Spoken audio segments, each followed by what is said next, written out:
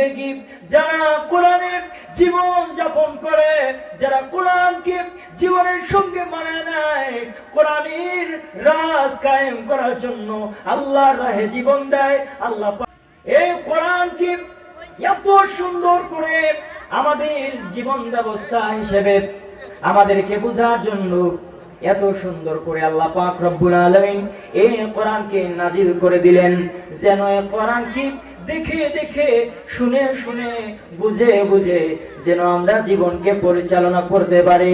আল্লাহ পাক রব্বুল আলামিন বলছেন, যারা কোরআনের জিন্দেগি, যারা কোরআনের জীবন যাপন করে, যারা কোরআনকে জীবনের সঙ্গে মানায় নেয়, কোরআনের রাজ কায়েম করার জন্য আল্লাহর রাহে জীবন দেয়, আল্লাহ পাক রব্বুল আলামিন বলছেন, তাদের জন্য আমি আল্লাহ পাক রব্বুল আলামিন তাদের মৃত্যুর পরে আমি আল্লাহ পাক রব্বুল আলামিন যার ব্যবস্থা করে রেখেছি সেটা হলো আমি আল্লাহর জান্নাত।